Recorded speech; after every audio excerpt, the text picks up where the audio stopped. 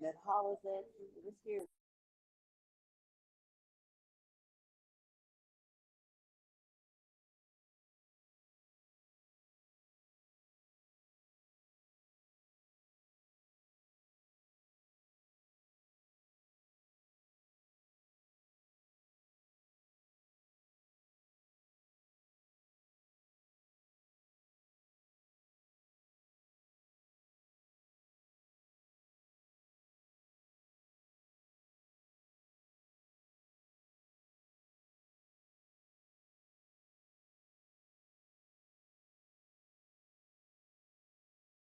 It's 6 o'clock.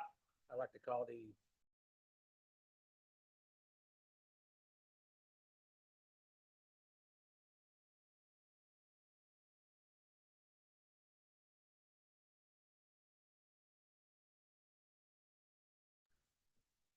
Ms. Randall. Here. Mr. Romine. Here. Ms. Jones. Here. I'm here. I've asked Ms. Randall to lead us in prayer, and Mr. Romine to lead us in the pledge. Please bow your heads. Father God, thank you so much for allowing us to come together and to serve you and to serve this school and the populace that attended. Father, Lord, direct us and guide us in your will and your way. Give everybody safe travel here and back home this evening, and to go into our schools each and every day. In the name of Christ, amen. Amen. I'm in the pledge. I pledge allegiance to the flag of the United States of America and to the republic for which it stands, one nation, under God, indivisible, with liberty and justice for all.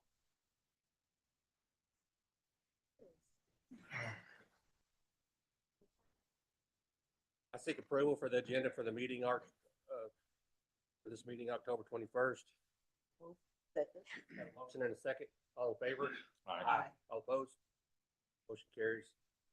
I seek approval for the action of the minutes of the regular board meeting, September 16th, 2025. So moved. Second. A motion and a second. All in favor? Aye. All opposed? Motion carries. Don't have any, no comments? No, sir. We have no registrations. All right. Next, we'll move into presentations. Yes, sir. Mr. President, members of the board, October is Principal Appreciation Month. And we've got a large contingent of our principals here with us tonight, assistant principals and our assistant principal apprentices. So I know that this board wanted to say some things and would like to say some things in recognition of our principals and the work they do. And after that, we'll call them out one by one, and we'll come down here and we'll all take a picture, big group picture together. Sounds good. Well, first off, thank you. I think you guys have probably one of the most demanding but most important jobs in the schools. You're touch every student one way or another that walks through your door. You set the vision for the school. You chart the course. You steady hand. You guide the staff, and you're the chief advocate for every student. And that's a lot, because teachers have, everybody's important and a vital role, but you guys are the generals, the CEOs of those buildings. And I want to thank you for what you do. It's appreciated. Those days that are rough, and I know you guys have them. I've heard countless war stories, but I hope that the good days definitely outnumber the ones that are a little tough. So I just know that, and from my heart, I do appreciate the job that you guys do. Anybody else like to share, maybe comment? I personally want to say thank you because, I've walked your walk and talked your talk and been in the trenches with you, and I know how difficult it is day in and day out, but it's those little ones, whenever you see them in the grocery store, and the families that you may not have always gotten along with that come up later on and tell you thank you so much for everything you've done for them. And that's when you know that you really made a difference and you matter. Thank you. 50 years, been around a lot of principals. I was a beginning teacher. Glad that you guys didn't have me because I was Then I always ask, why would somebody want to be a principal? You got the kids, you got the parents, you got the teachers. You guys are crazy. You know, you all set the tone and the atmosphere, you know what I mean, that's conducive to learning for our students and that we can appreciate. And like I say, sometimes they don't know and understand, but really once you get to be just a little bit older and you look back, you think about all of the good teachers and you know, right down to the janitor that you had contact with, you know what I mean, growing up, and be very appreciative of everything that you all say and do. And so thank all of you all over again. And just seconding what they've said, y'all are the leaders of this school. Y'all set the tone for the school. Y'all are the ones that make the teachers great teachers. And we appreciate what you do for us every day. Absolutely. Yeah, we can give them a round of applause. Yeah.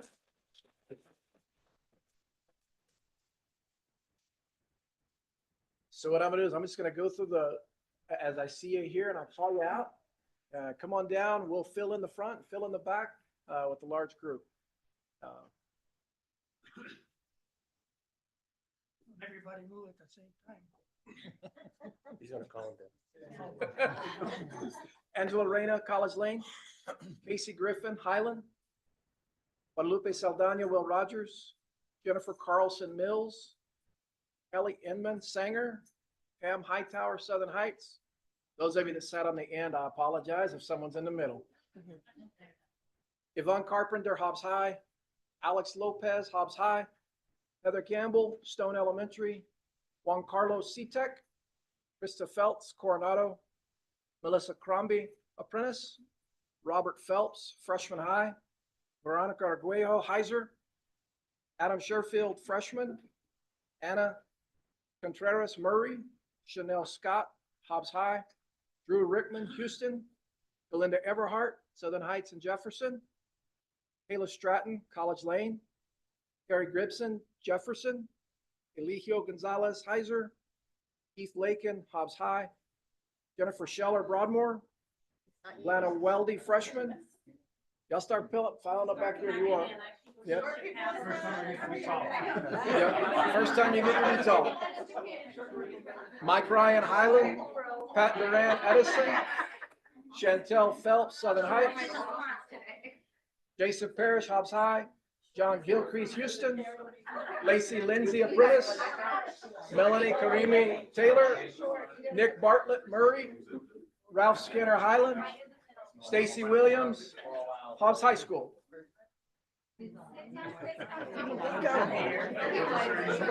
I'll invite him.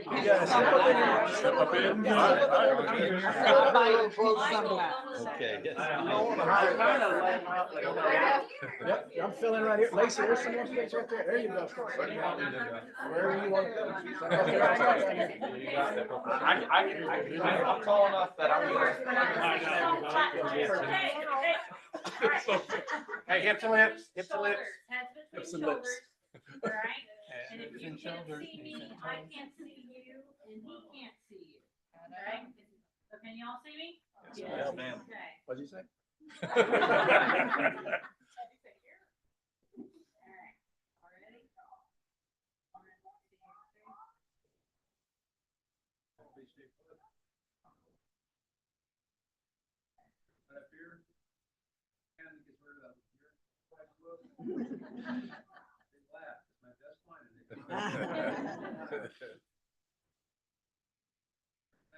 So with that said, ladies and gentlemen, absolutely echo everything the board members said. Appreciate the job that you do. It is the toughest job in the district. And many of the board members echoed that. Appreciate the job that you do. It is missionary work. Thank you for answering that call each and every day. Our kids are better because of you. Generations will benefit because of you. So thank you to each one of you. Appreciate it.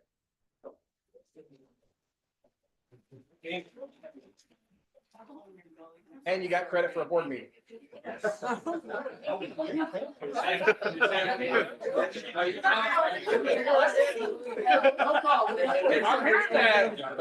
Let's go.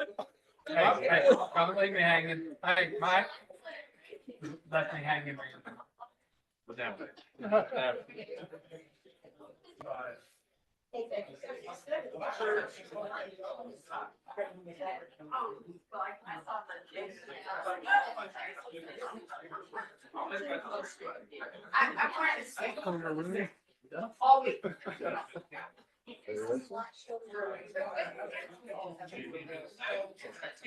It's a rowdy bunch.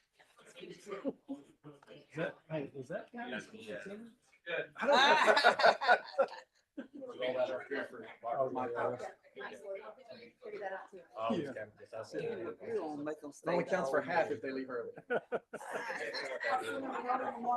Actually, 0.45 because we're not rounding up. That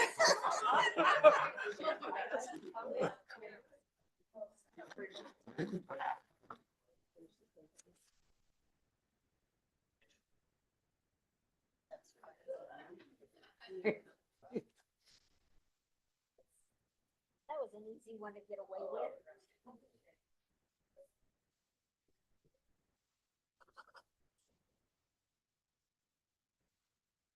Thank y'all for doing that. Oh, thank you. That was awesome. Oh, they all leave?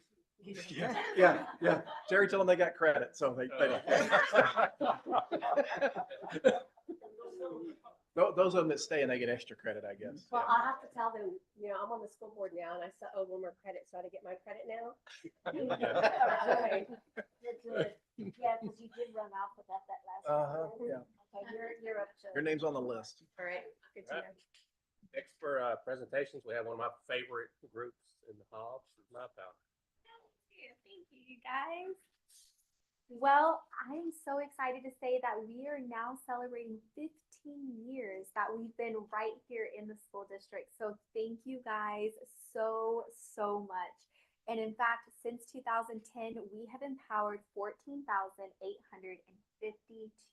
students. So we are so proud of those numbers. Well, before we navigate right into the program, for just in case nobody knows, what we do is we are a nonprofit that is all about teen pregnancy and navigating their teen years by helping them succeed academically, avoid teen pregnancy, and how to have good skills like ownership and integrity and finding good friends and finding balance in their life and just ultimately just being a good human. But why we start in the 5th grade is because the pressures start in middle school. And those pressures start with teen pregnancy and STDs. They start with academic failures. They start with drug and alcohol abuse, exposure to negative peer pressure. And we're worried about our kids. We're worried about their futures and where they go. I got kids of my own that I'm worried about. But indicators for early and sexual activity are when a child has low self-esteem, poor academic performance, economic issues, cultural acceptance, or even a lack of easy access to birth control. A great way in navigating these steps is by just showing up and being informed, and then also with My Power. We navigate and we talk about all of these life skills because our economy, the workforce, their home life, and their student learning environments, they've all changed, which makes our students even more susceptible to early and risky behavior.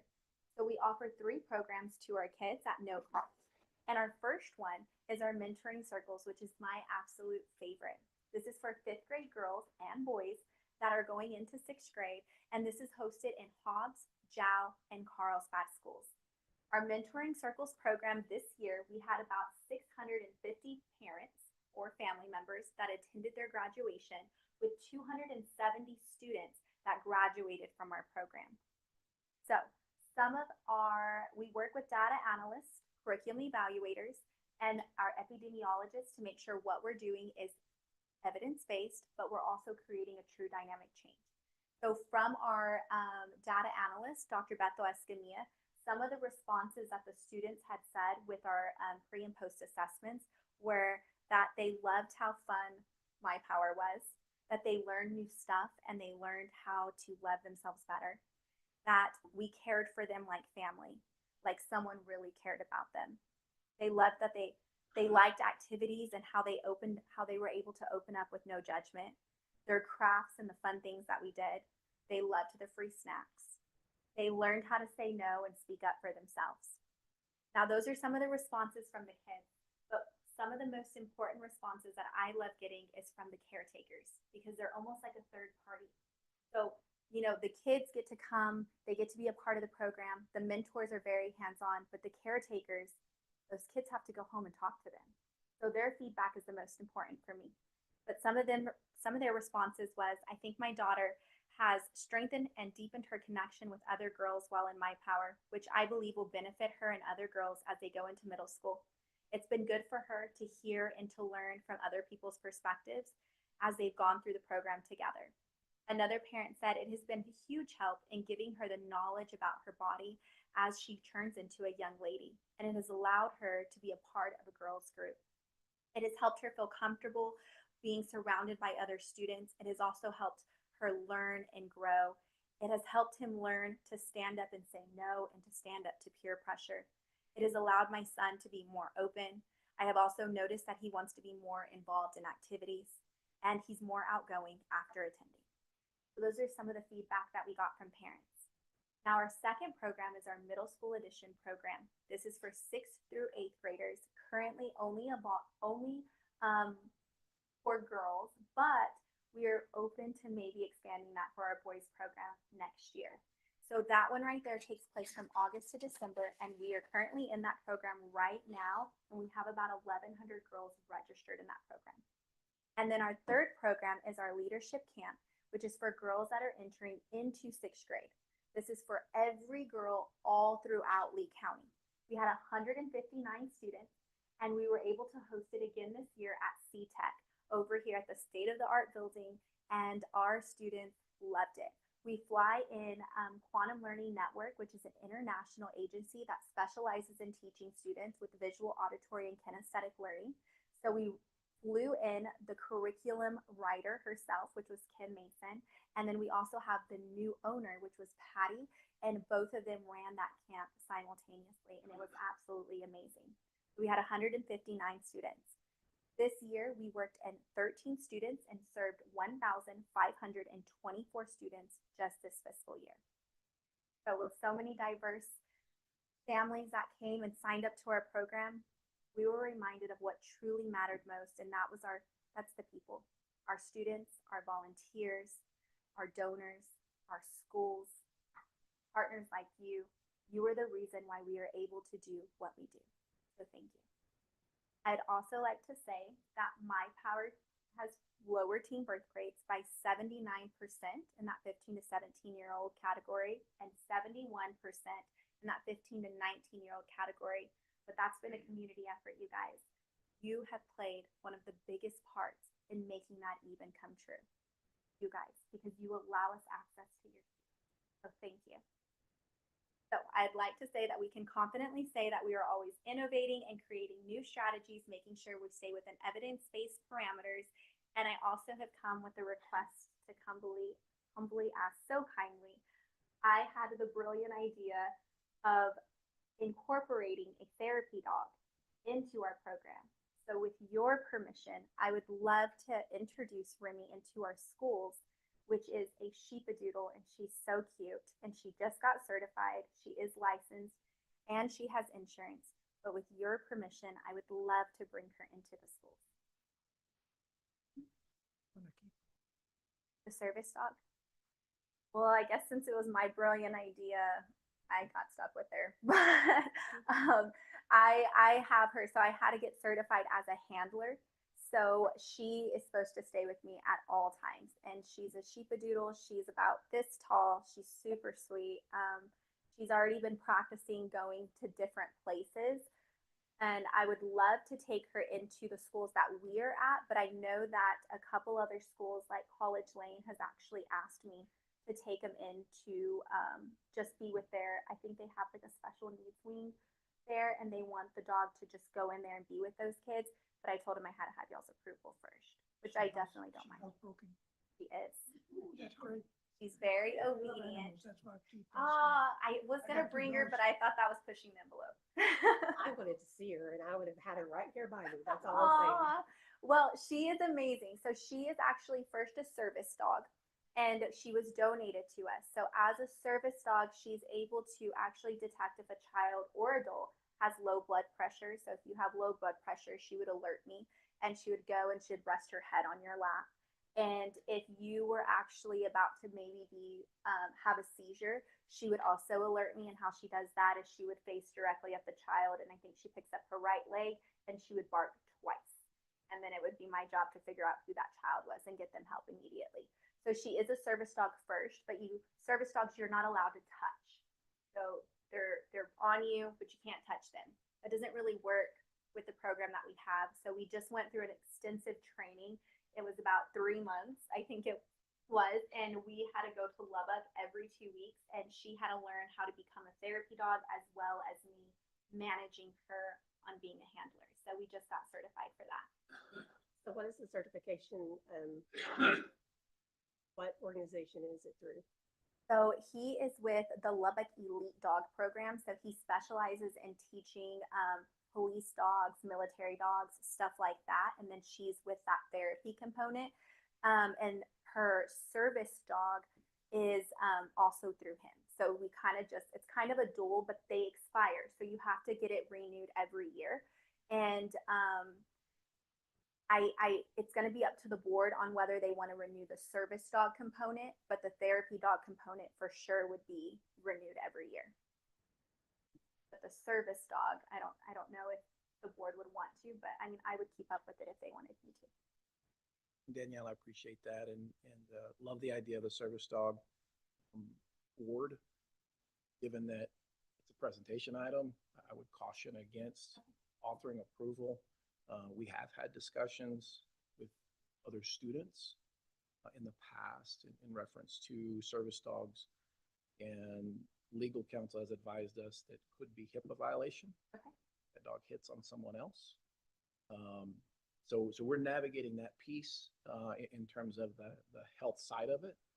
But in terms of that just true companionship of a service dog, we're having conversations. We've got a counselor that would love to actually present a program for the district as well.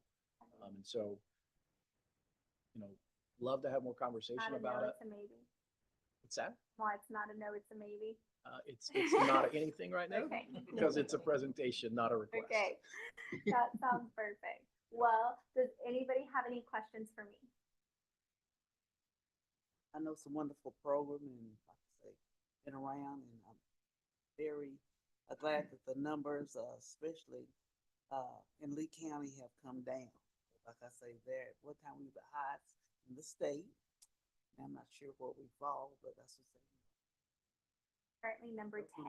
Huh? We're currently number 10 in the United States. Appreciate all the hard work. Thank you. Okay. Well, Yeah, I'll kind of echo that with Ms. Pat. Like I said, I'm definitely a true believer in the program. I know when I got on the board years ago, we were, I think, like last in the country, or for sure, top of Lee County was like one of the highest in the state for teen pregnancy. And I know your efforts,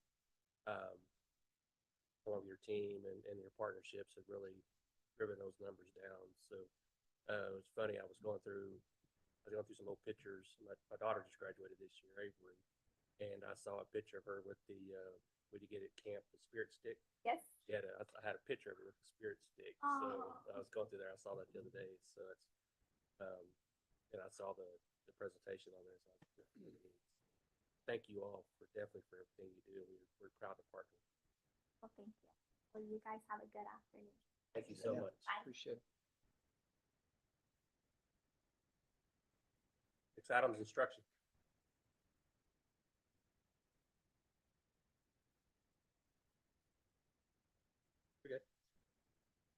Mr. President, members of the board, for your consideration tonight, we have the consideration of a date for graduation of Parrish and Lopez.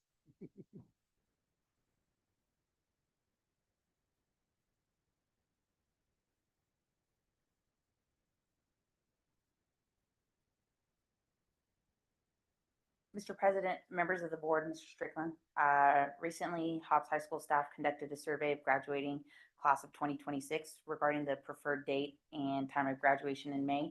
And so hopefully you guys have a copy of that data.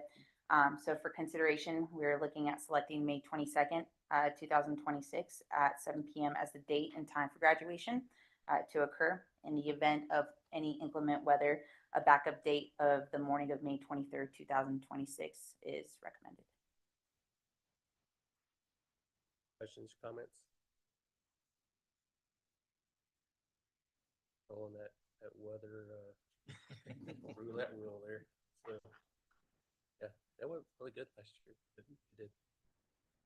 Yeah, I don't have any questions. I appreciate that, getting that out early. I know a lot of folks in the community, kind of base other things off when graduation day is. Yes, sir. Yeah, thank y'all for getting that done early in the year. Thank you. Motion to accept. Have a motion and a second. All in favor? Aye. All opposed? Motion carries. How's the year going? Everything good? Yes, sir. Very good. I'm not looking at a calendar. Is that a Friday, Saturday, Sunday? It's a Friday. Yes, ma'am. Friday fell over to Saturday.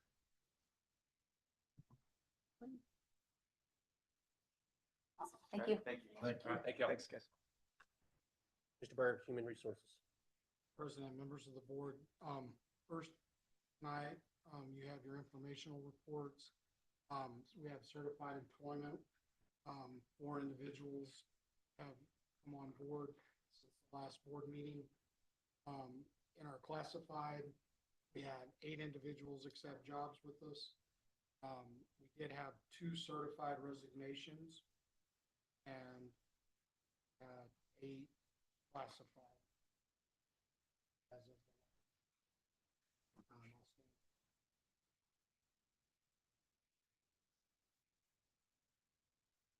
Any questions for Mr. Byrd on the HR report?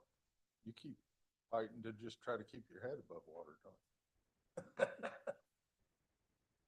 Can you tell me the numbers that we're down right now? Yes, ma'am. So elementary wide, we have 22 classroom vacancies, and 7 additional in elementary, just special ed for a total of 20. And, for secondary, finding Hobbs High and C-Tech, we have 17.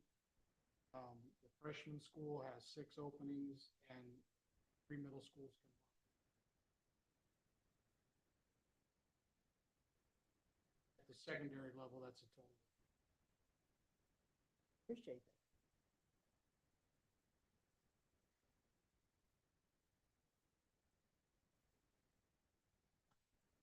Any other questions, comments, Mr. Byrd, on that?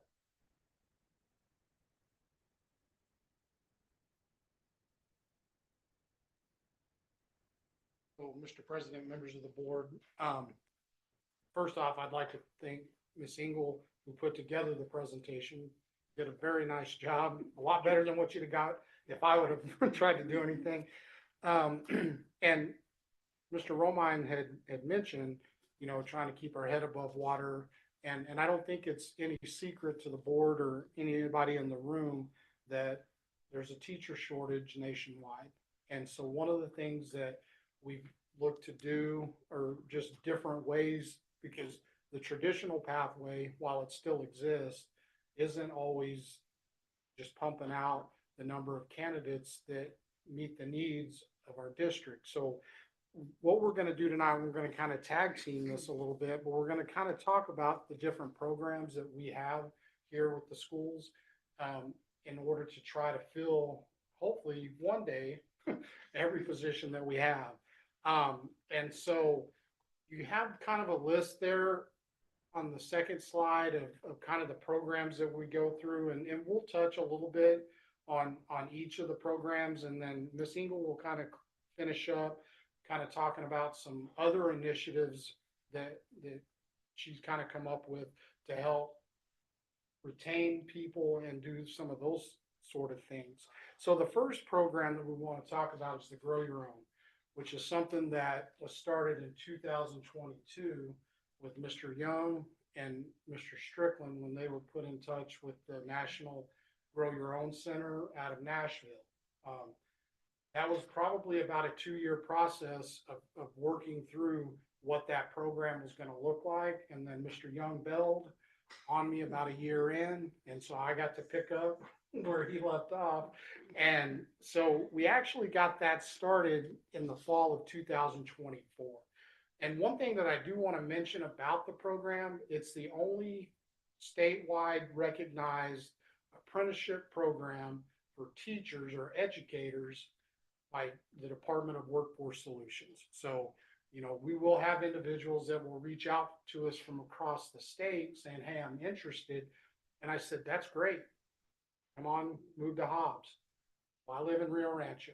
Well, that's going to be a long commute. We need you to come to Rio Rancho. But we're still trying to recruit those folks. So the way the Grow Your Own works right now for us, it's a program that paraprofessionals who are currently employed with us, they basically submit an application. They have to get a letter of recommendation from their principal, because the principals, you know, as we know, are on the ground day in, day out. They see how these folks work. And so this is one way for us to help those paraprofessionals who may not have the finances to be able to move forward in their education, because the district does pick up the tuition and fees at the first is the junior college. If somebody comes in with 0 college credit, we start them at the junior college on a 2-year path. After those 2 years, then we'll move on to Eastern New Mexico. And I will say the junior college and Eastern have been great partners in helping us get this program moving along. And so the goal is, if I come in with 0 credits, that after 4 years, 2 at the junior college, 2 at Eastern, I'm going to be able to move into a classroom. The only caveat of the program at this time, the way it's built, it's either in early childhood or in elementary. We haven't created a secondary level component to that yet. So on the next slide, we have the numbers of kind of where we are in our cohorts. So if you want to look at that real quickly, so in the fall of 24, when we started the first cohort, we had 10 participants attend the junior college, and we had 14 attend Eastern. So we had a total of 24. Then in the spring, we added another 10, and as you can tell, 1 dropped. So we had a total of 19 at the junior college. And then at Eastern, we had 2 additional, but 1 dropped. So we had 15. And then these summer participants were folks that were in either cohort 1 or 2 that decided, hey, I want to go ahead and take additional classes in the summer to help maybe get completed a semester early. And then this last fall, well, this is fall of 25. Now, I'm sorry, I'm trying to push us ahead. So cohort 3, we had 13, and then we had 2 dropped, but we also had 2 that moved on to ENMU, which for us is the goal. And then as we look down at the cohort 3, we had 2 additional added to Eastern, where we have 14 now, but we had 3 that dropped out. So in our goal is that these 14 individuals at Eastern, that in the fall of 2026 will be in the classroom for us. And we talked about having 22 elementary openings right now, that these individuals would help alleviate that number. Right? Mr. President, we are going to look for another name. Thank you. I wasn't even going to say anything. We not like grow your own? Yeah, it has a tendency to do with some wacky tobacco. Oh, yeah. You think we're not like that, I guess so, yeah. I didn't even think about that. I was gonna ask it later, but since we're there, with the teachers that are not teachers, but the substitutes or the paraprofessionals that are having to cover classrooms, are we having them go through the Grow Your Own program? Yes, and so if we do have a para that's acting as a I'll just say a long-term substitute, yes, we really encourage our principals to put them into this program, because obviously they've seen something in that individual. And a lot of our individuals that are in that, they're actually requesting it. They're wanting to take on that ownership of being, you know, the teacher of record, let's call it, in while they're going through the program. Mr. President, Ms. Randall, in addition to that, we've created a new group for those paraprofessionals that are serving in that full-time role, so that there is additional compensation for them in that space. Okay, thank you. Okay, so I am going to, Mr. President, members of the board, add to the programs that Mr. Byrd just spoke about. I'm going to talk about, first and foremost, our LEAP program.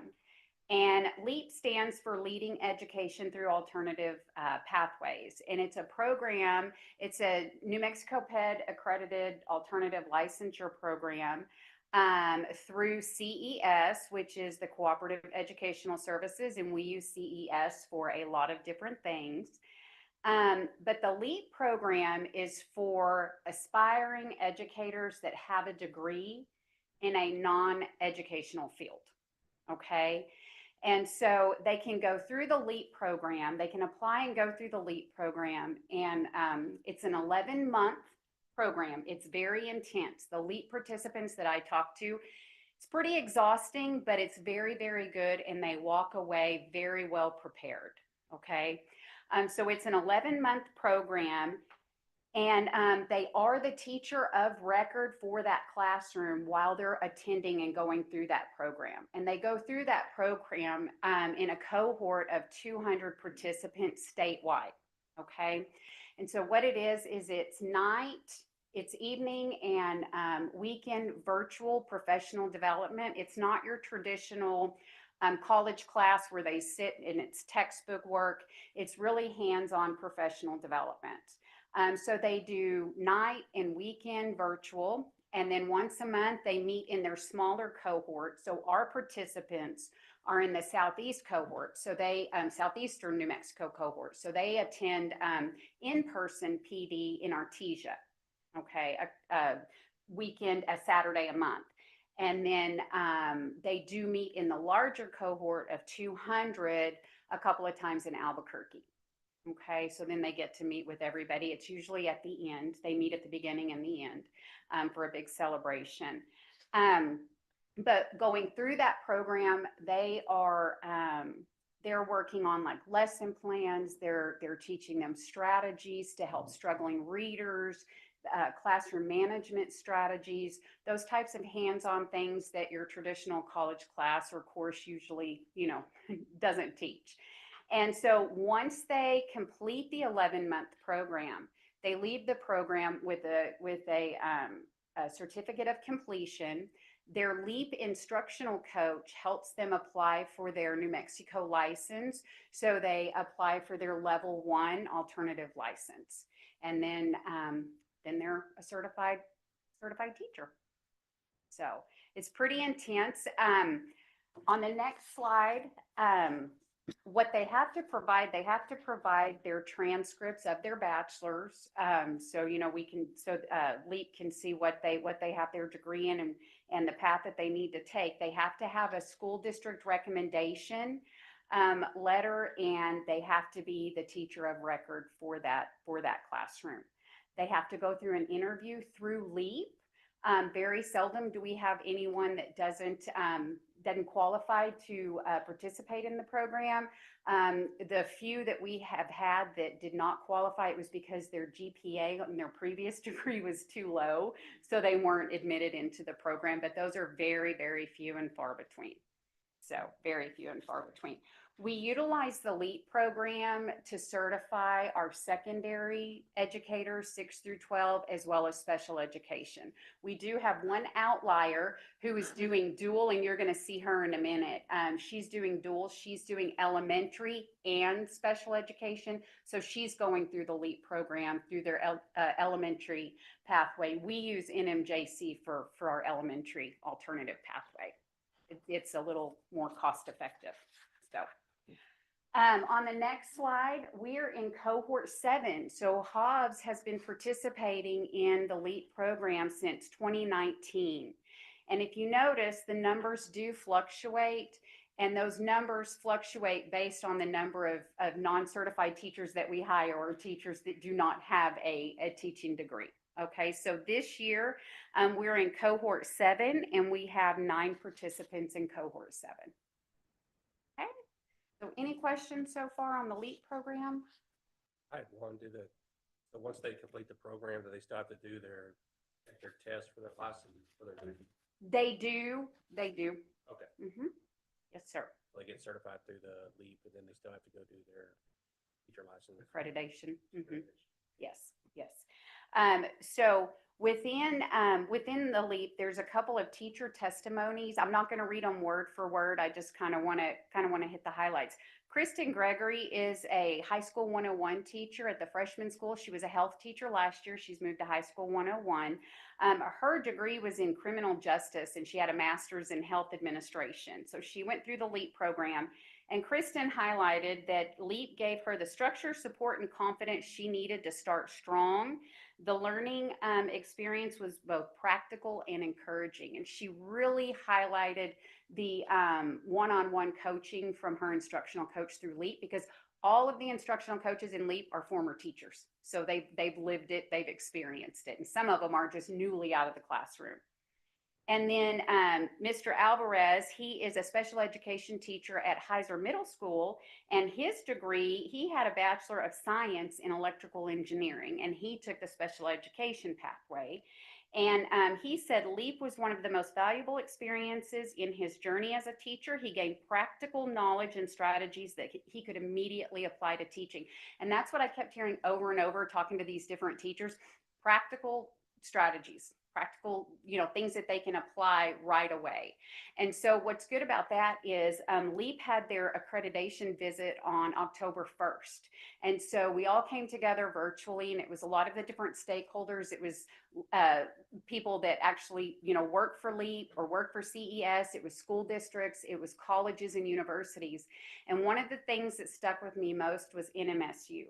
The representative from NMSU took the floor and she just raved about LEAP and how LEAP offers participants things that the colleges don't, and how they're going to try to structure some of their courses based on what LEAP is doing. So that says a whole lot about the program, but like I said, it is intense. And yeah, so being in that smaller cohort really does offer those participants some support. So yes. Any questions about LEAP? Okay. And so Ms. Ingles touched a little bit on the NMJC alternative pathway. So the other pathways are your more higher ed, what I would say traditional alternative, unlike what LEAP is. And the universities that we currently use are the Junior College, Eastern New Mexico, USW, and then Western University is a relatively new alternative pathway that is just kind of up and running. I don't think we've had but a couple of individuals that have gone through that program, but most of our individuals that, if they do the alternative outside of LEAP, usually go through the junior college if they're elementary license or going the elementary pathway, and then Eastern will usually take most of our secondary. USW, not as much, because they focus more on the traditional pathway for teachers out of USW of going and getting that degree in education. But one thing I'll say about the junior college has been a very good partner for us in that. And in the breakdown for that program is they've been mindful of the time that it takes for elementary teachers in the classroom for preparation and those types of things. So they've created their program to basically be one class per semester for 2 years. So they have to take a total of 12 hours to earn that alternative licensure from the junior college in order to then, once they get that, then they can get their standard teaching license with the public education department. Eastern's similar to that with our secondary folks, and then they also do a special ed certification. But they take 18 credit hours for secondary certification and 21 hours for special ed. Okay.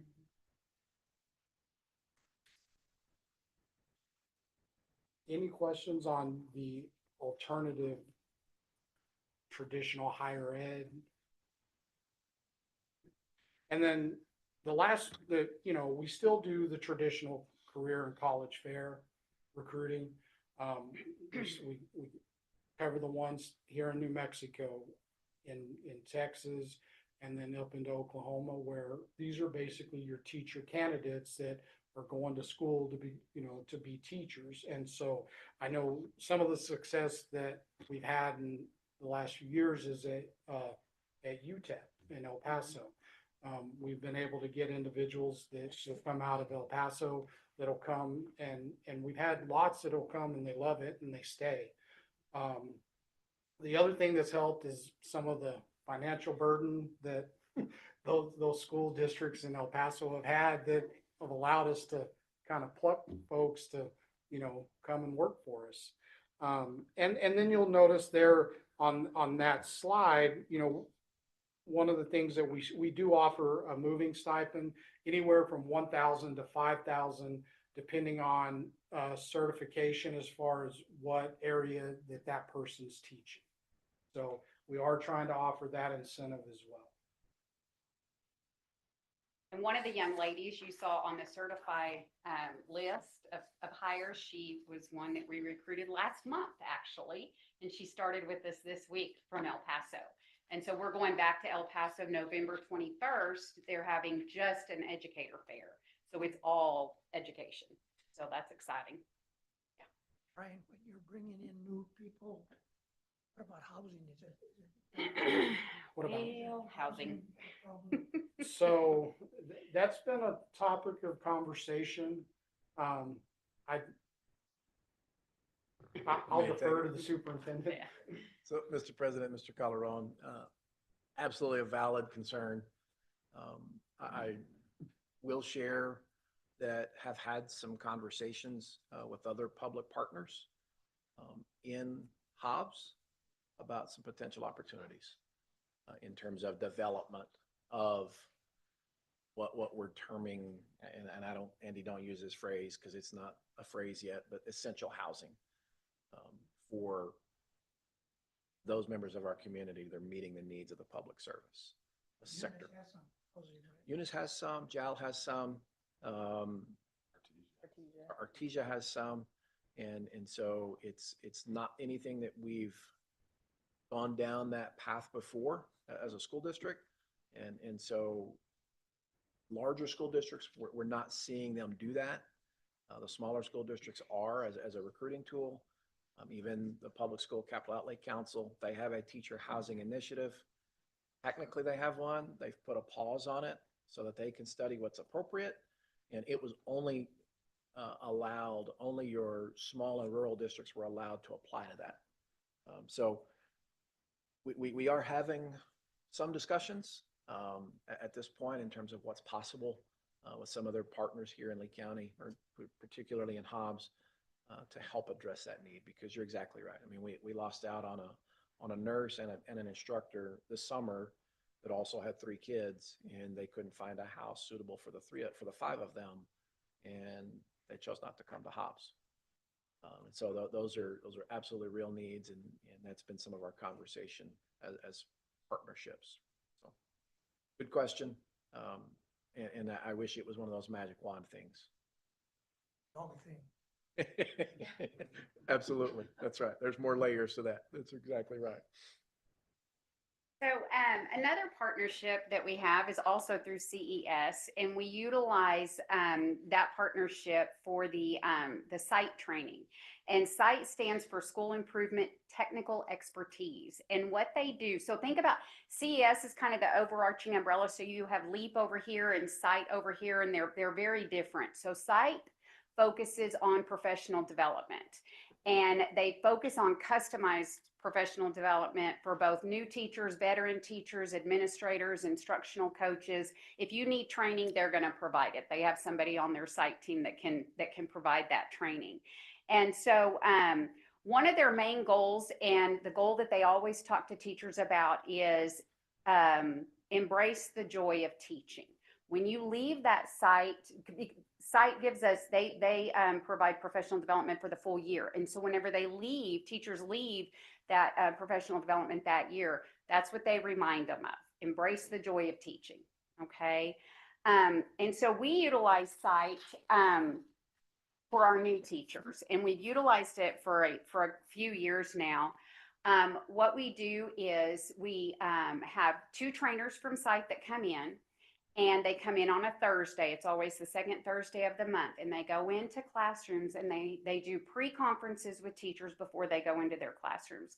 And then they go in and they do their observations, and they, they document their look-fors. Then they do a post-observation conference with that teacher and debrief, and they do some coaching. They may return on Friday to do the coaching. It just depends on what the teachers need. So they're in the district 2 days, Thursday and Friday, to do their pre-conferences, their observations, and then their post-conferences. They're in contact and communication with principals. They're not an evaluator, and they don't want to run off and tell principals things, but they are in communication with principals if they see that a teacher's doing something that's great, or if they see a teacher's in need of some additional support in a certain area. Also on Thursdays, what we do is our new teachers, elementary and secondary, on that second Thursday of the month, we meet at the training center from 3:45 to 5:45. Secondary goes to the back with their trainer, elementary stays up front with their training, and they do customized PD based on what they've seen in those teachers' classrooms and based on what the teachers have expressed to them, that they need. And so a lot of it is customized and really based on what they see. They come in during our new Eagle orientation in July, and they did a half a day training with teachers, all new teachers, to get them ready for that first week of school preparation. What needs to be in place? What do you need to have before the kids come? What do you need to have in place for that week while kids are there, going over like the social contracts and expectations and those kinds of things. So they kind of coach them through that as well. The thing that we started this year with site is when our new teachers are meeting over at the training center on that second Thursday, our mentors, our veteran teachers that mentor those teachers, they meet at CTEC up in the flex space.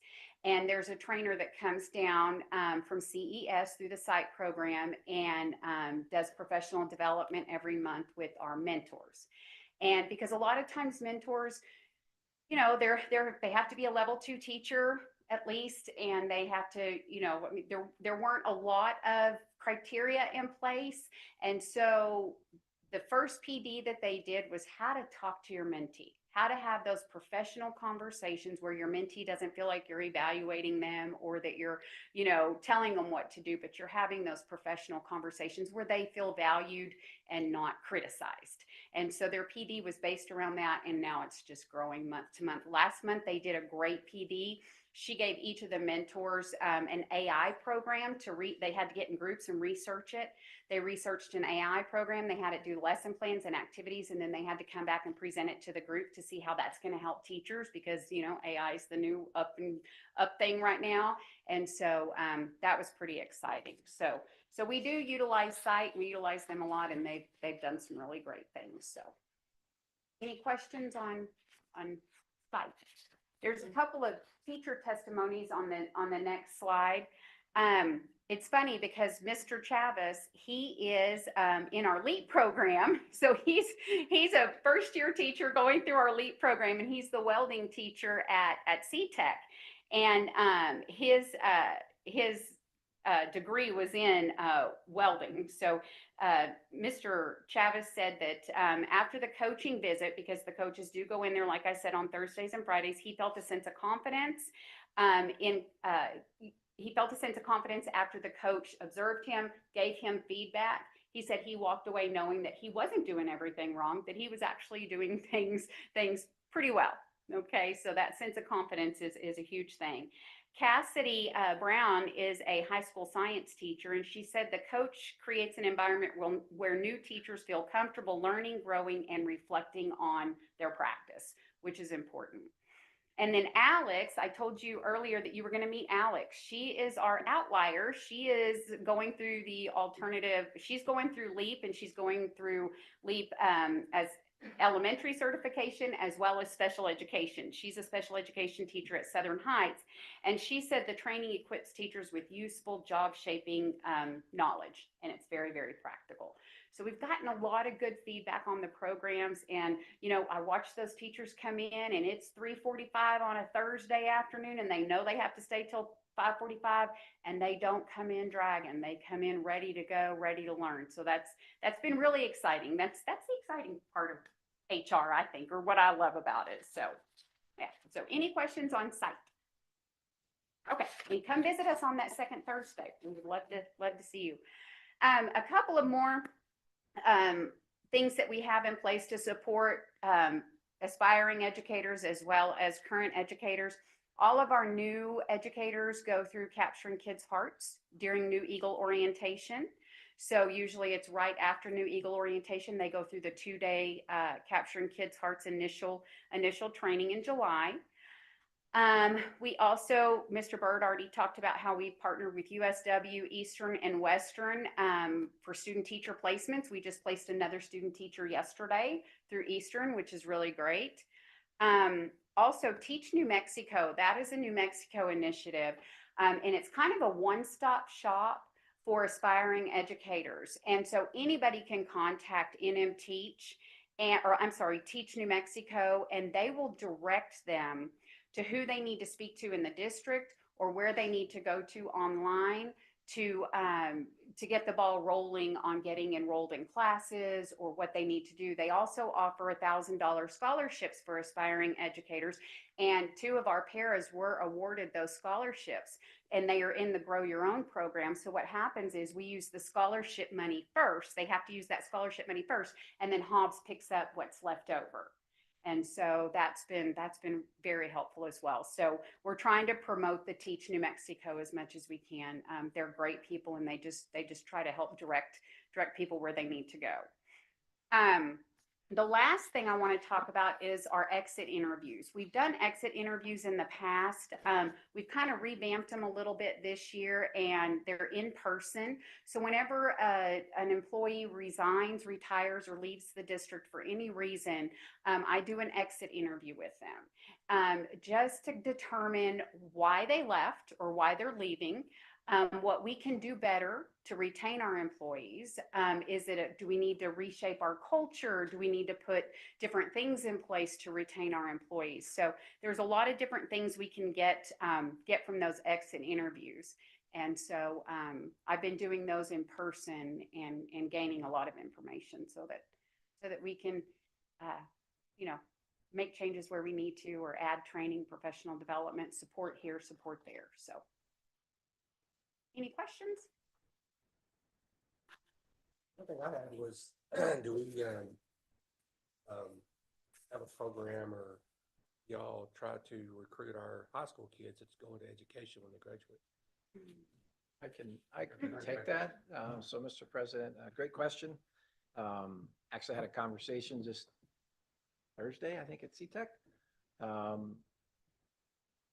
Not last year, but the year before, I went over in advance of the Daniels Fund coming and presenting on the Daniels Scholarship to our future educators class. And I gave every single one of those students a letter on letterhead from Hobbs Schools and expressed to them, keep this letter. When you're ready for an interview, that's a commitment from Hobbs Schools that you absolutely will be offered an interview from Hobbs Schools. There's been a couple kids that have followed up. One of them actually desires to come back to Hobbs. And so he emails me periodically. He's at Eastern. Actually ran into him on a school visit last year. And so we visited with him, but absolutely, we do have that future educators class at the high school and provide those opportunities for that placement in the spring on our elementary campuses. How many kids we have in that class? This year I've not been by yet. So that's a onus on me to get by there. I'm gonna put Alex on the spot and see if she has a number. I would say, I think there's about 5 or 6 kids. Okay. Yeah. There's like an internship portion of that too. So like, yeah. We're also getting that classroom shadowing. I mean, that's one thing, I mean, with especially New Mexico now, and even, with Hobbs, for sure. A great selling point to those kids that wanna go to college or whatever is you can graduate, get a level 1 teacher, makes pretty good money. Graduating college, so, definitely something to put out there and try to, it's a problem across the state, across the country, and people have left the education field and for whatever reason, and, trying to get those kids interested in it, and, I think when I first got on the board, a level 1 teacher was 30, 31, 32,000. Probably so. Yeah, so what is it now? 63. Over 60. Yeah, so double that in 8 years. That's a big commitment and a lot of money. That's a good starting wage getting out of college, so, yeah. President, Superintendent, and also let you know that those students in that program, we offer them in the kids' college. They go through an interview process with us, and we actually pay them in the summer during our kids' college as employees. And they go through that process so that we give them that experience of an interview and the process. Good, like it. Thank you. Appreciate it. Thank y'all, appreciate it.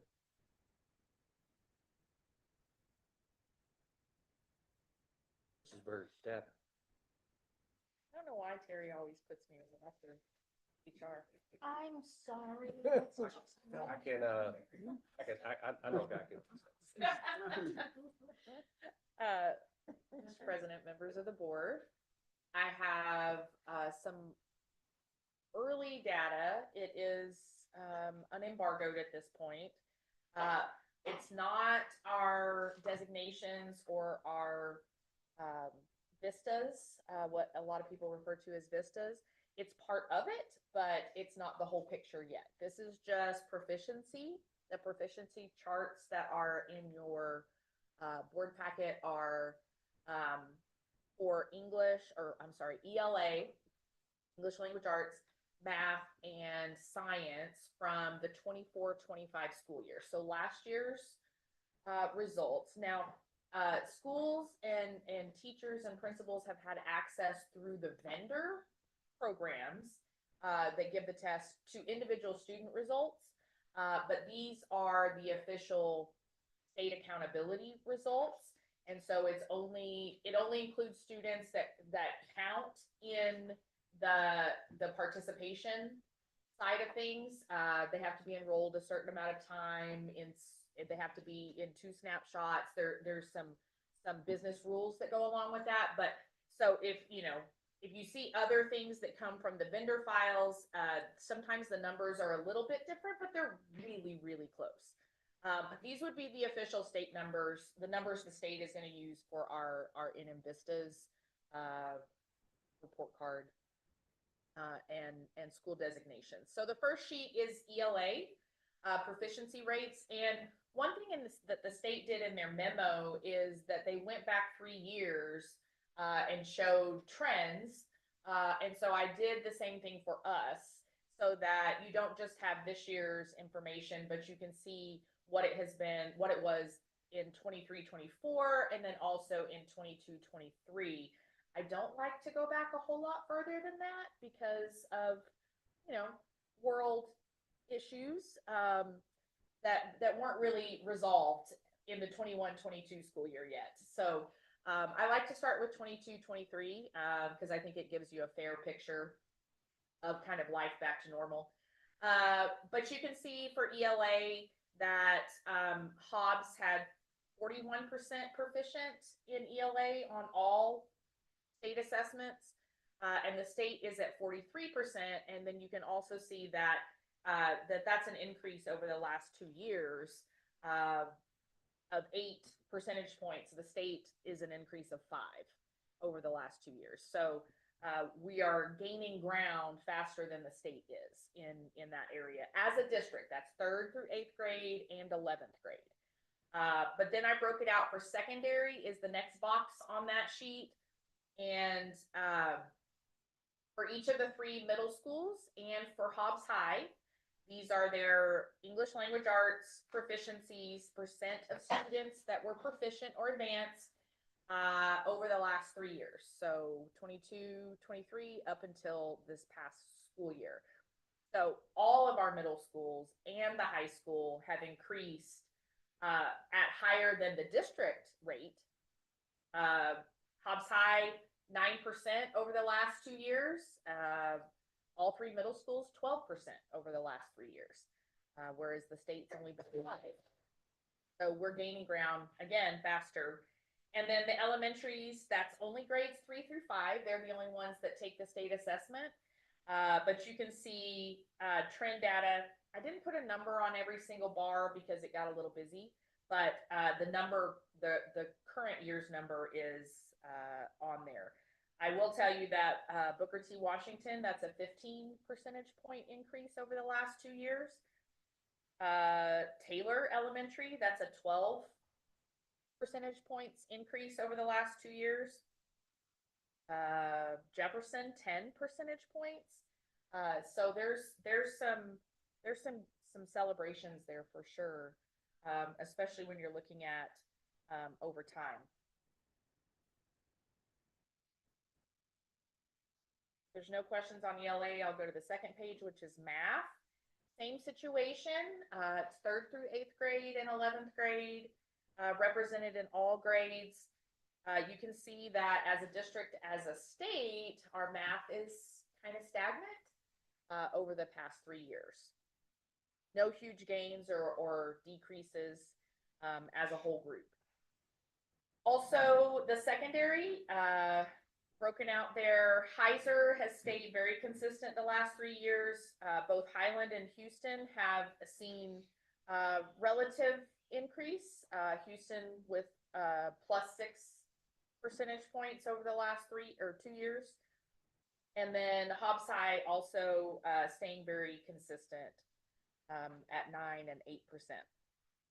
Elementary, there's a little bit more spread there across the elementaries in math, but you can see those 2-3-year trends with Taylor and Mills being standouts there with increasing 8 percentage points over those three testing years.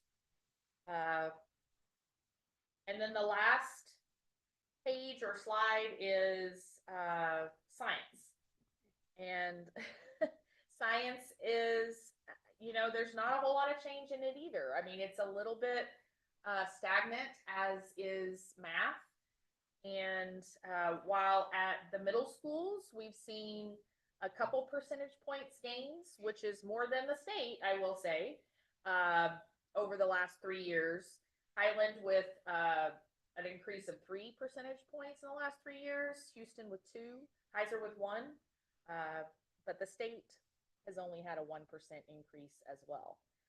And then elementary schools down there at the bottom. Now for science, it's not tested in every grade, so elementary is only 5th graders. At the secondary, that would only be 8th and 11th graders. So it's a smaller population, smaller cross-section of our kiddos. Couple of highlights there, Broadmoor and Southern Heights had a 2 and 3 point increase, but still not statistically significant in those areas. So as I said, science has been kind of stagnant. And I will stand for any questions that you might have on that data. I have none. Good questions, Mr. President. Wonderful information about the progress. I will have further results as Vistas is released on, depending on the memo, November 14th or November 12th. So we shall see. But we will have designations coming in the next month, less than a month.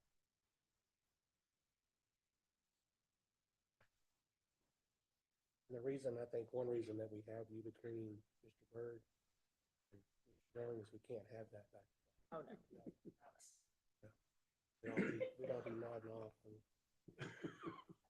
Mr. Young, operations, please carry on. Mr. President, members of the board, before I start on my presentation, I will echo what Mr. Byrd said since he threw me under the bus earlier. that I'm very grateful that Mrs. Engel prepared their presentation, like Mr. Byrd. Very nicely done. So, projects, we'll start with the middle schools. Middle schools are going very, very well. Both Del Norte and Heiser are on schedule. There's no delays at this point in time.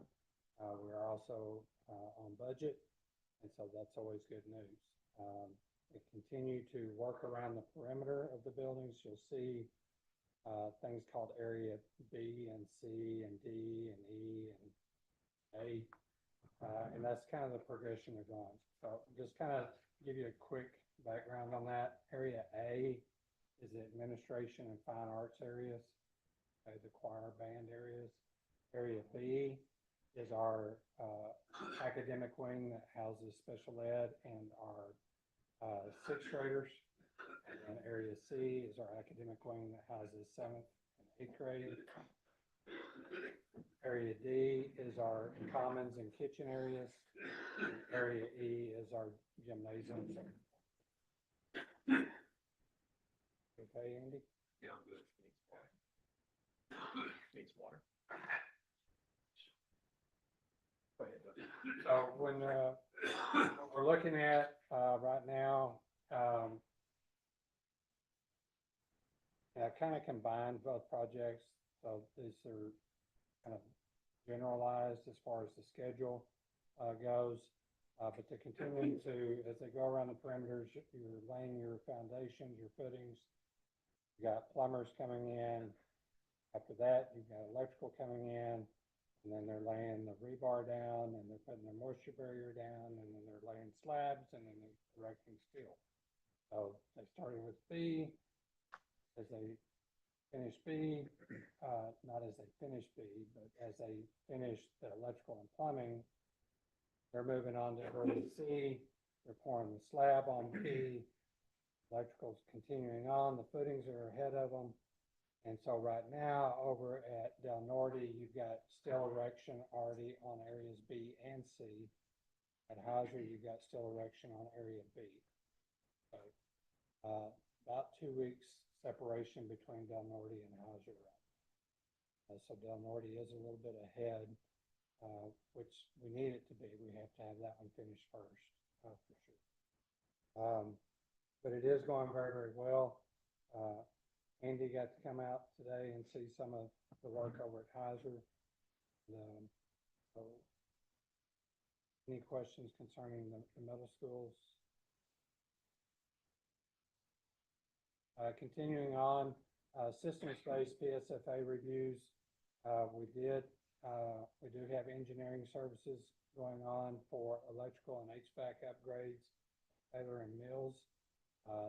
That's going on right now. Once we get the engineering done, we will submit to PSFA on their round. Whenever we get the engineering done, which will probably be early spring, mid-spring, we'll submit to PSFA for a systems-based award to do the HVAC and electrical on those two campuses. We have submitted for a systems-based award to replace the fire alarm systems at Stone and College Lane. And so we'll see what happens on that. We'll be notified by PSFA if they need further information.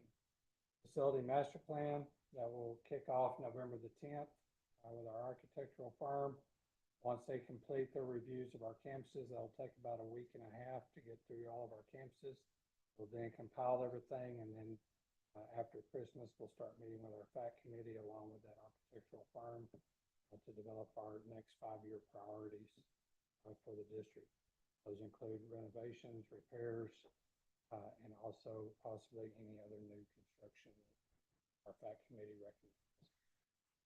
Ongoing district projects, Coronado doors, those will be installed over the Thanksgiving holidays, along with locks, new locks on those doors. And then we have the podium, we're ready to go. December 1, we'll begin the replacement of the multi-purpose facility and Watson Stadium turf replacement. While we Before we replace the turf in the multipurpose, we've got maintenance lined up to go in and do any type of painting, repairs, things like that. If we damage the old turf, we damage the old turf, but we'll get it repainted and back in shape in the multipurpose. Ongoing projects, central kitchen is completed with the generator and the freezer door replacements. Those are all done. Tree trimmings have been completed. Cameras are now able to see through the trees, so to speak. We have equipment ordered, should be arriving soon, and we'll start on those security vestibules at Mills, Taylor, and Sanger. Sanger will be a little difficult. If you've been in Sanger, it is a huge vestibule area with multiple doors. That will take quite a bit on the Sanger. Roofing repairs, we're working with Bradbury Stam. We submitted all of our work orders to them. We're working through them to provide a contractor to come in and get these roof repairs. And continuing to work and complete work orders. And then the rest of the presentation is just kind of a time sequence for both projects. I see there, that's Del Norte Middle School. That's when they started the groundwork, continuing on. The footings are going in, those first footings in July. And in August, you start seeing the footings being poured, those perimeter areas, areas B and C there. Then you can see the moisture barrier on area B in September. The pour was made in September as well. I don't have an overhead of that. And in October, you see the steel going. Continuing on, oops, that was my messed up version. Oh, okay. Heiser Middle School, there's the nice clean patch of ground at Heiser in June. You see the dirt work there in July. August, begin the footing pours over at Heiser. September, you see the moisture barrier there. First pours begin to be made on the slabs. And here in October, you see the steel being erected at Heiser. Going good. Thank you for that. Anybody any questions for Mr. Young? Projects? Comment, it's nice to see the steel going up. Always nice. It really stands out, seeing that sticking up out there. Yes, sir. Mr. President, members of the board, the next item is an action item for your consideration.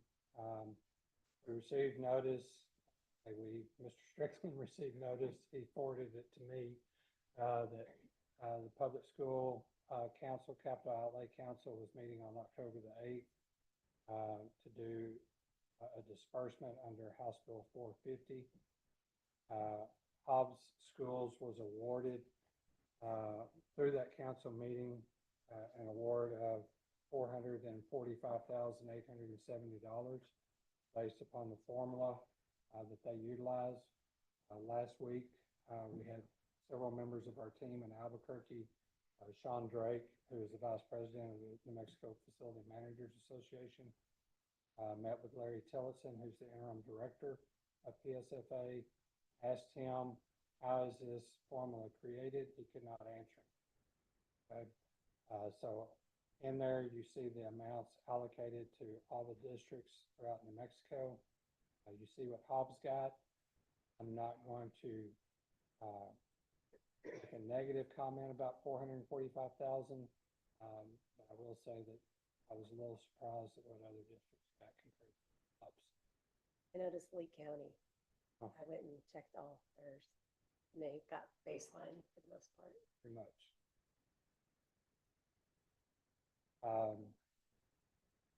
Anyway, our recommendation, we do have to have board action on this, would be to accept the disbursement in that amount of $445,800 to be used for capital repair. It can be used for repair, it can be used for security, it can be used for software.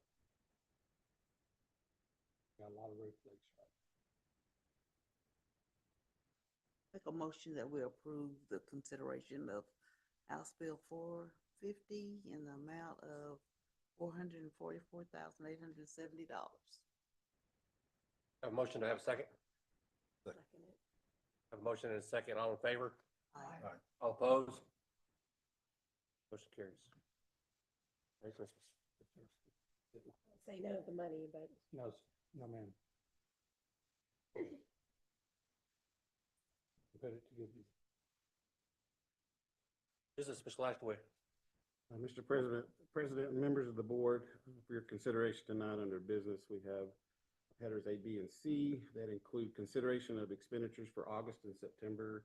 You recall, we weren't able to present to you last month due to our change over to Skyward cumulative, but we've now got reports there for August and September.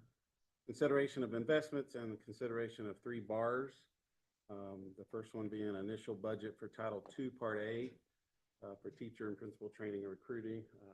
Federal government withheld all those funds, and so we weren't able to get that until just recently, get approval to request these funds. So we're now requesting that so that we can spend those funds and get budget authority. The second one being the operational transfer.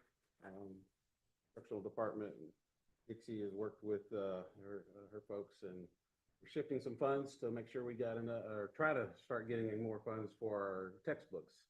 Our textbooks for 24-25 didn't come in until 25-26 school year, so now we have that expense on top of our allocation that we need for 25-26. So we're trying to shift funds, start making that accommodation to be ready for those expenditures. And so we just won't get it all, but it's a start to start trying to get prepared for that. And then our third one is our special capital outlay. This is for our middle school facilities for Del Norte and Heiser. That's the contributions being made by Lee County, which will be another agenda item, but this is the bar to be able to give us budget authority to start spending those funds. And it will be on a reimbursement basis, just like we do with the federal or the state of New Mexico on all of our grants. Is that we have to submit a request for reimbursement. So that's how Lee County wants to handle this. So we'll be requesting doing an RFR just like we do all the other funds with them instead of the PED. And so it'll be making those requests straight to Lee County, and once they approve it, they'll send us the funds. With that, I stand for any questions that you may have. Any questions for Mr. Lashaway on any of that? That is, I'm sorry, I forgot to put in that motion. That will need a motion. Okay, we have a motion and a second for the expenses, investments, and boards. So moved. A motion and a second. All in favor? Aye. All opposed? Motion carries.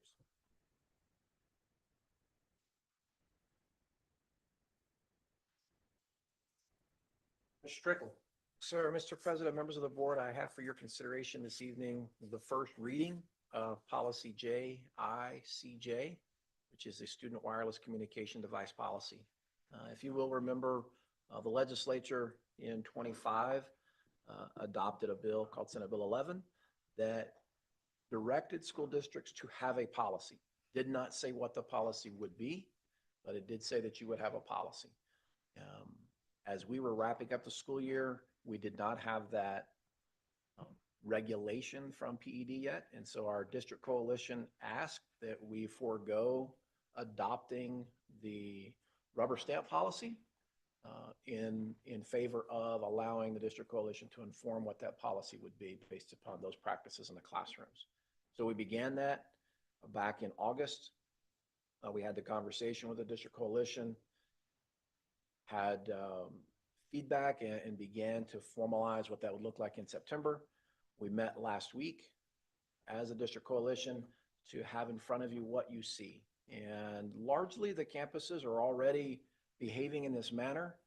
As that conversation came about, we really were having two parallel conversations. We were having a conversation about board policy that covers the entire district. And then we were having a conversation about classroom practices that exist within the student handbook. And so that's where our conversation resided. And what you see in front of you is a policy that meets the statutory requirements of, one, a definition, provides exemptions that you can see there within those guidelines. And what overall the staff of the district coalition said is, yes, we want there to be a restriction of personal wireless communication devices during instructional day. And if the professional in that classroom, in that setting, sees the need for that, they would allow that. Otherwise, they would not be utilized during the school day, which would include lunch and passing period is what this policy calls out. So with that, we will meet again in November. And so any feedback from the board back to that policy would take back to the coalition to inform that.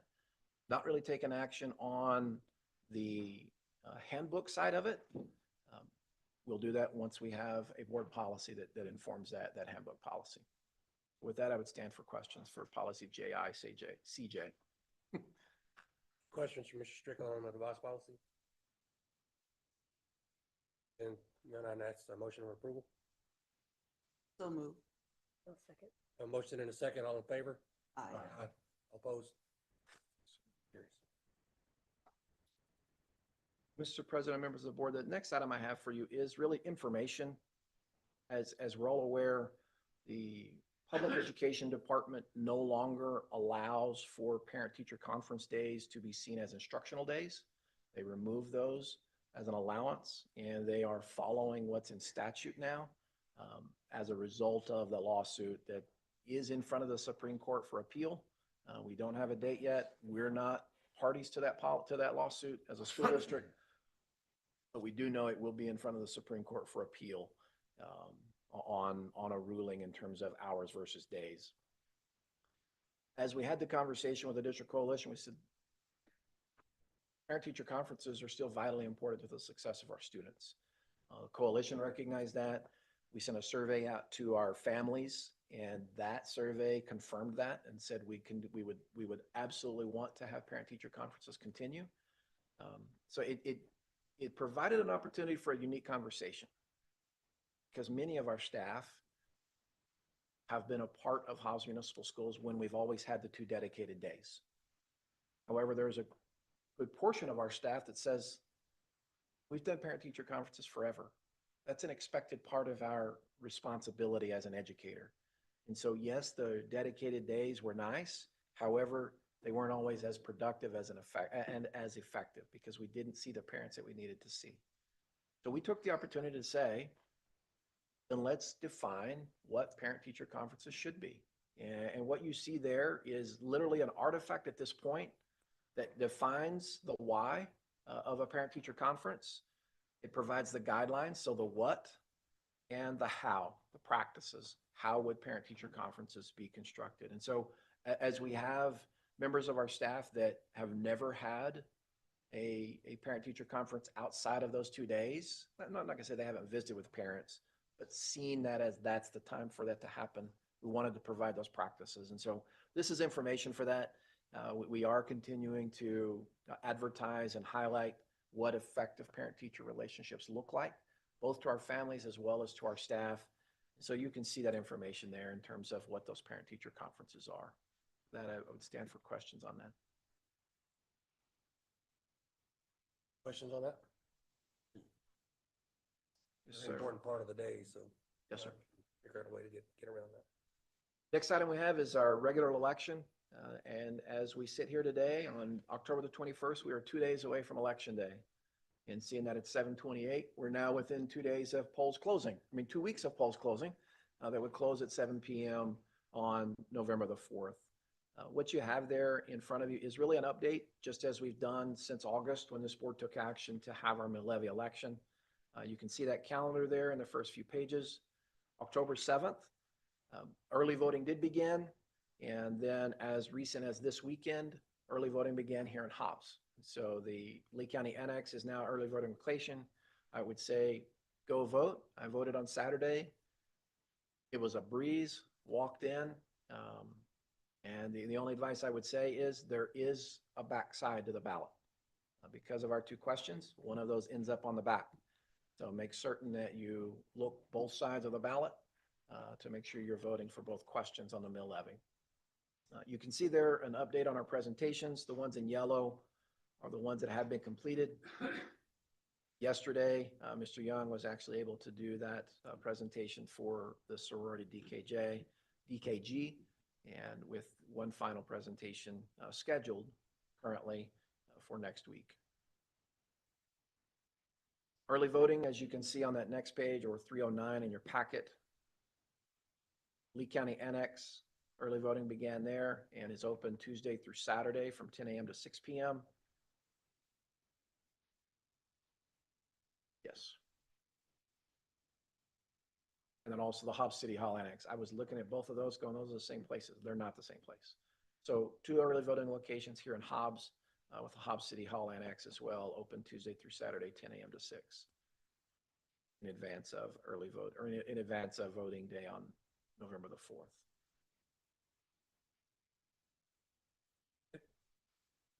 Go vote. Go vote.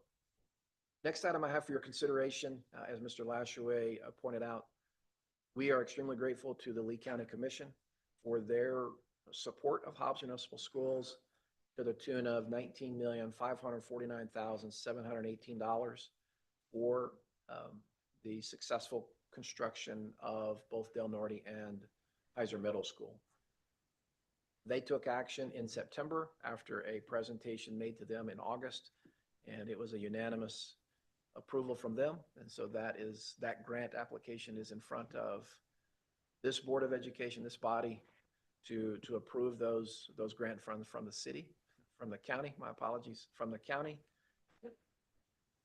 so that we can continue to utilize those funds. You do have a copy of the presentation that was made in August, has that information, as well as some artifacts we provided them, and then also their resolution as well. With that, I'd stand for questions. Any questions on that?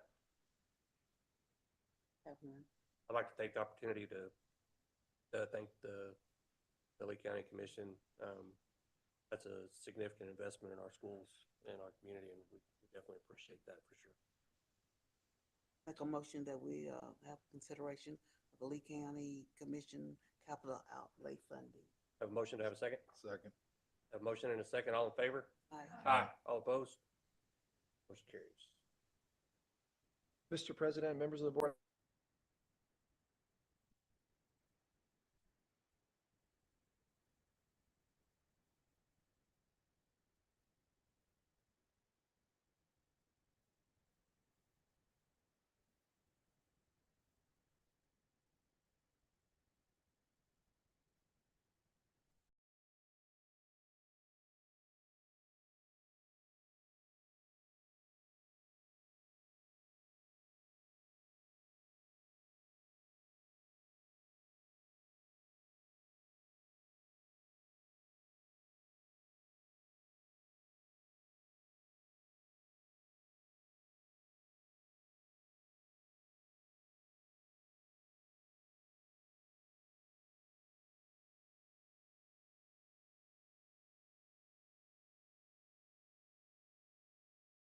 provide that. It's a nominal fee on an annual basis, $3,000 that this school board would have access to. Still have access to all of the in-person trainings and that very rich interaction with other board members across the state.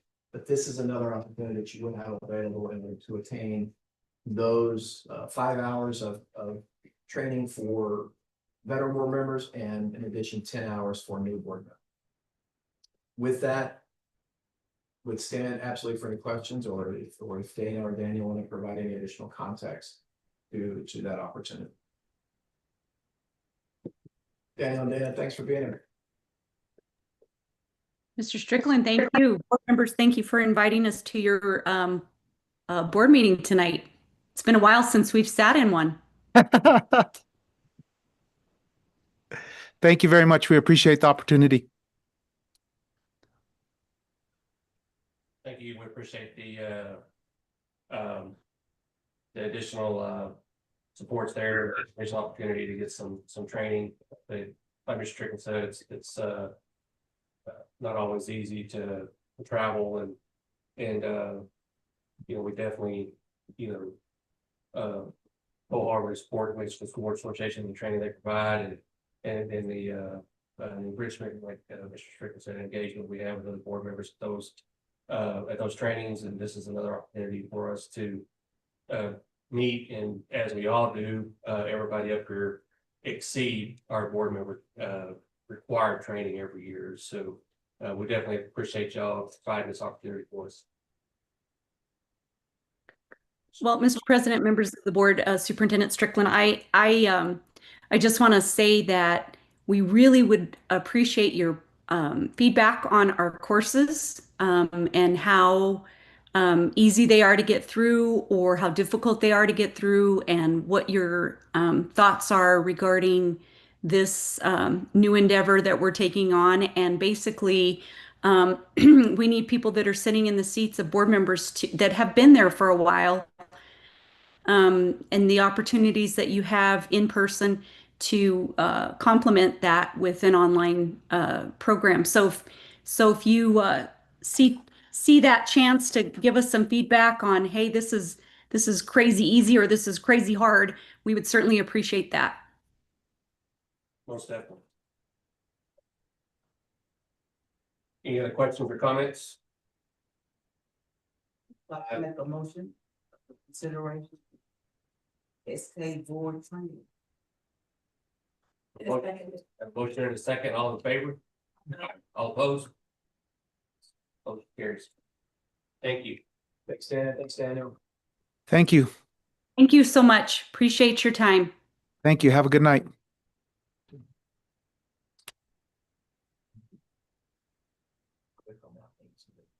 Oh, okay. Mr. President, members of the board, the next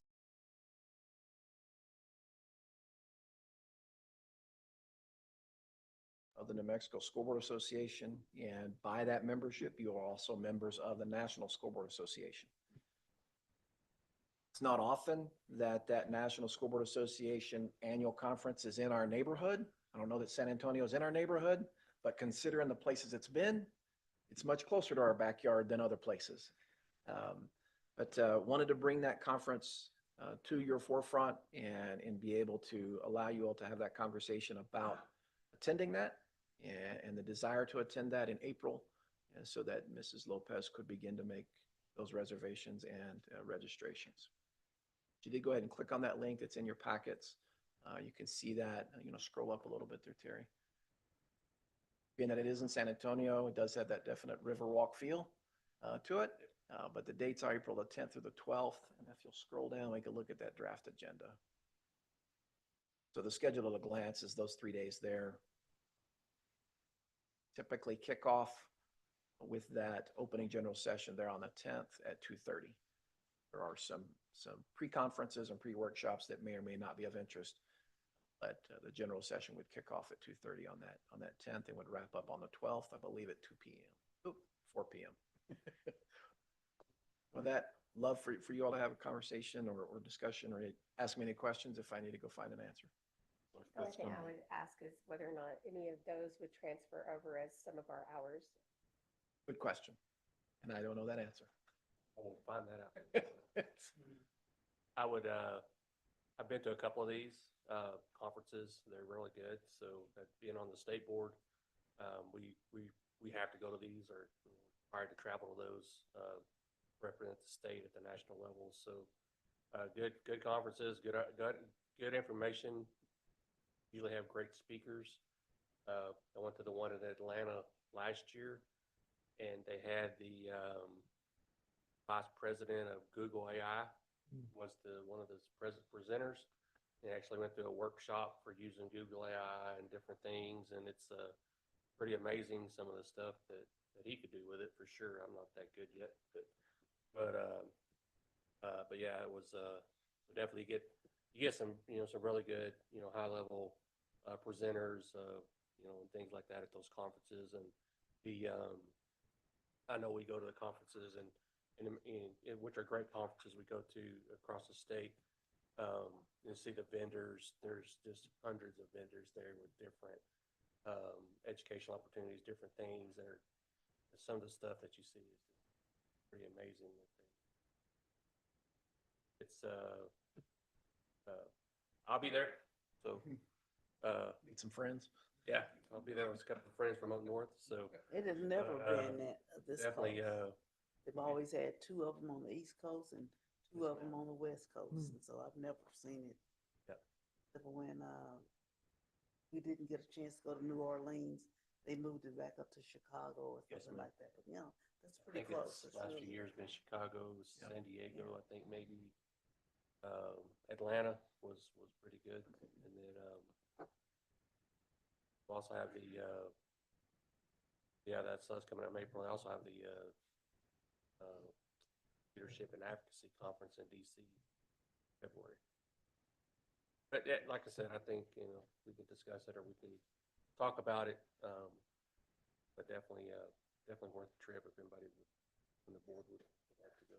So, Yeah, I would say just take a look at it, and if there's interest, we can get you registered and we can begin those travel arrangements.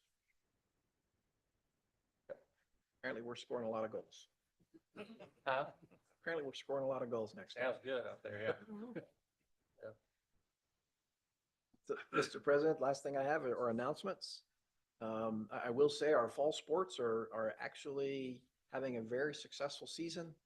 Volleyball's in Carlsbad tonight. Soccer, you hear them continuing to score.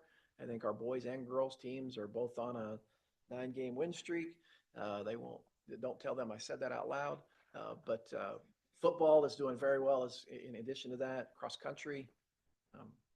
By the time we meet, all of those teams will have had their state championships again, by the time we meet in November, they will have all had their state championships or will be in the middle of them. Band, their state marching competition is this weekend in Albuquerque. So it absolutely works out that we've got a football game Thursday night in Las Cruces. So the band doesn't have to worry about marching on Friday and then traveling early Saturday to get there for their competition. So definitely a busy time of the year. Winter sports have kicked off their practices. Other announcements, November the 4th, we will not have school. It is a state election holiday for all public schools. However, institutes of higher ed and private schools are not in a holiday on that day, but all public schools are. November the 5th, we will have a Lee County In-Service Day, so early release, 11:30 for secondary students, 12:30 for elementary students, and then all staff will be in Tidings Auditorium at 1:30 with the Bonnie Moran Lecture Series. We will have a regular board meeting on November the 20th. Just a reminder, that is a Thursday. We did move that due to some travel conflicts. And then that following Monday, we will have our Thanksgiving holiday, where we will have no school and the district will be closed for those 5 days. That I'd stand for questions. Questions on announcements? I'd like to say something, and I had found out that Mrs. Moran had passed away. She was actually she and Senator Bob Moran were my counselors, or there's another word I'm forgetting, when I was a senior. Oh, well. And so I had attended not a conference with them, but meetings and this, that, and other. But they were very instrumental in being involved in the schools always. You know what I mean? Just a great person, you know, for this community, you know what I mean? Not only for our schools, but they were always active and involved. And so it would put someone under me not ever understanding all the great people that have helped the schools. And so you can imagine, and I'm gonna be 73 next month. And so, you know, those that are under me would have no idea. They would probably see the building out there, the Moran building, but they were very instrumental in developing this community and our schools. But, you know, terribly missed person, you know. Absolutely. Dear to me. Yes, ma'am.